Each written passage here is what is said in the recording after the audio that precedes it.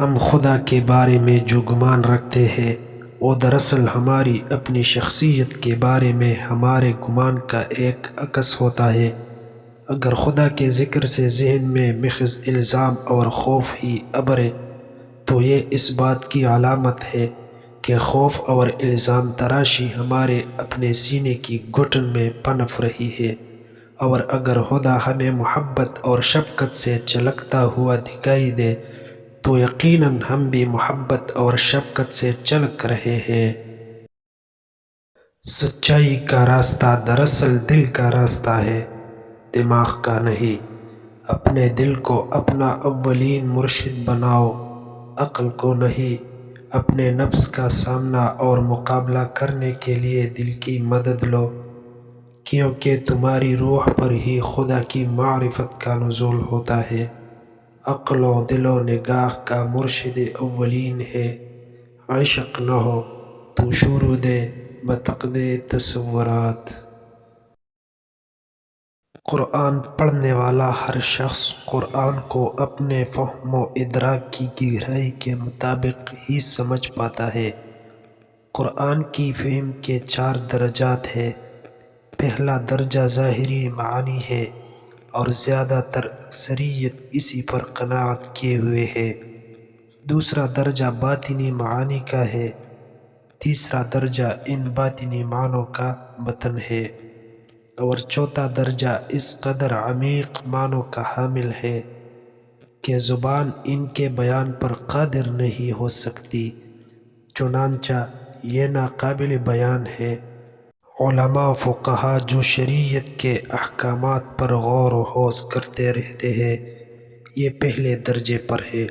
دوسرا درجہ صوفیاء کا ہے، تیسرا درجہ اولیاء کا ہے، اور چوتھا درجہ صرف انبیاء مرسلین اور ان کے ربانی وارثین کا ہے۔ پس تم کسی انسان کے اللہ تعالیٰ کے ساتھ تعلق اور اس تعلق کی نوعیت کو اپنے قیاس سے جاننے کی فکر نہ کیا کرو۔ ہر شخص کا اپنا اپنا راستہ ہے اور اظہار بندگی کی ایک اپنی نوعیت ہے۔ خدا بھی ہمارے الفاظ و اعمال کو نہیں بلکہ ہمارے دلوں کو دکھاتا ہے۔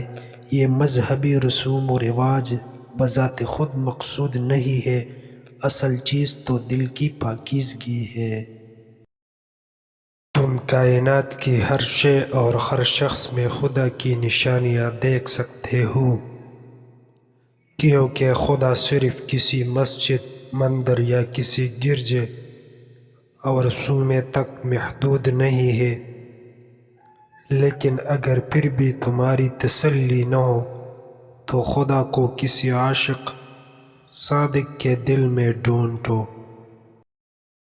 عقل اور دل 2 مختلف چیزیں ہیں۔ عقل لوگوں کو کسی نہ کسی بندھن میں جکڑتی ہے اور کسی چیز کو داؤ پر نہیں لگاتی، لیکن ہر بندھن سے آزاد ہو کر اپنا آپ داؤ پر لگا دیتا ہے۔ عقل ہمیشہ محتاط اور پھونک پھونک کر قدم رکھتی ہے کہ دیکھو کسی کیفیت کا زیادہ اثر مت لینا، لیکن دل کہتا ہے کہ مت گھبراؤ، ہمت کرو اور ڈوب جاؤ کیفیت میں۔ عقل آسانی سے اپنا آپ فراموش نہیں کرتی، جبکہ عشق تو بگڑ جانے اور پناہ ہو جانے کے لیے ہم وقت تیار ہے، اور خزانے بھی تو ویرانوں میں ملبے تلے ملتی ہے۔ ایک شکستہ دل میں ہی تو خزانہ مدفون ہوتا ہے۔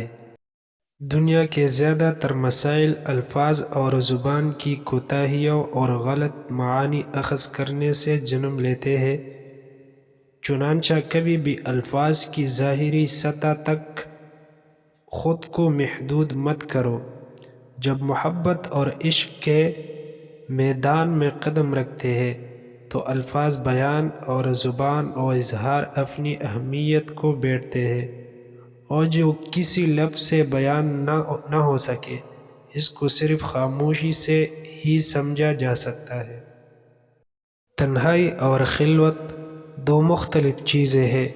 جب تم تنہا اور اکیلے ہوتے ہیں تو اس غلط فہمی میں مبتلا ہو جانا بہت آسان ہو جاتا ہے کہ ہم سیدھے راستے پر ہیں، لیکن خلوت یہی ہے کہ آدمی تنہا ہوتے ہوئے بھی تنہا نہ ہو۔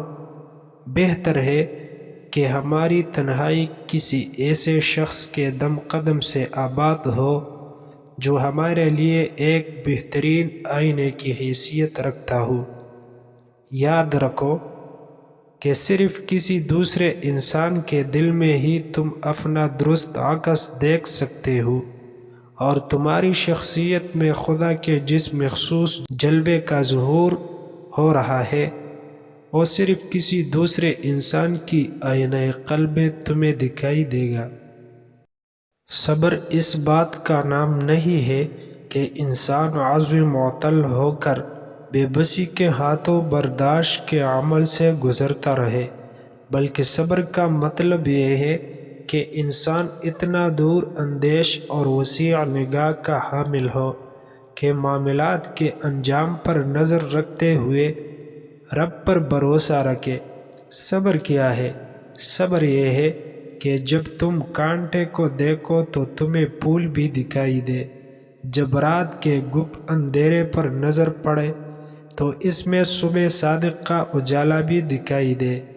بے صبری یہ ہے کہ انسان اتنا کوتاہ بین اور کم نظر ہو کہ معاملے کے انجام پر نظر ڈالنے سے قاصر رہ جائے۔